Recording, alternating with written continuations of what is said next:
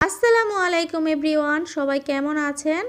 আশা করি আল্লাহর রহমতে ভালো আছেন। যে যেখান থেকে দেখছেন সবাইকে অসংখ্য ধন্যবাদ।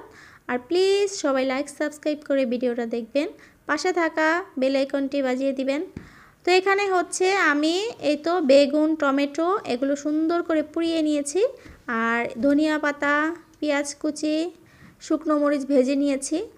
তো এই সবগুলো উপকরণ দিয়ে আমি এখন সুন্দর করে একটা ভর্তা তৈরি করব।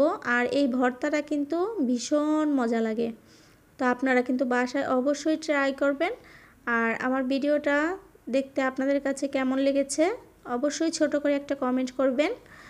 আর এখন হচ্ছে শুকনো মরিচের যে বোটাগুলো সেগুলো কিন্তু আমি এখন পরিষ্কার করে নিয়েছি। আর তার সাথে হচ্ছে পেঁয়াজ কুচি, ধনিয়া পাতা, লবণ দিয়ে সুন্দর করে মাখিয়ে নিচ্ছি।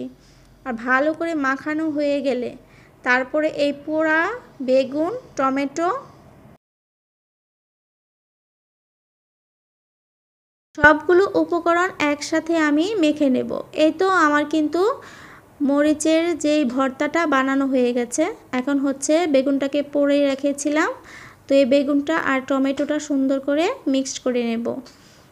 তো এই ভর্তাটা কিন্তু অনেক মজা লাগে। এই ভর্তা দিয়ে কিন্তু আপনারা 1 প্লেট ভাত, 2 প্লেট ভাত এক নিমেষেই খেয়ে ফেলতে পারবেন। অনেক মজা লাগে এই ভর্তাটা। তো বাসায় কিন্তু অবশ্যই ট্রাই করবেন। আর আমার যখন আসলে ভাত খেতে ইচ্ছে করে না, তখন কিন্তু আমি এই ভর্তাটা ঝটপট করে বানিয়ে নিই। তো আপনারাও কিন্তু অবশ্যই ট্রাই করবেন। তো দেখতেই পাচ্ছেন ভর্তাটা কিন্তু অনেক লোভনীয় হয়েছে। তো এখন হচ্ছে বিসমিল্লাহ বলে ট্রাই করব। তো মাশাআল্লাহ অনেক মজা হয়েছে।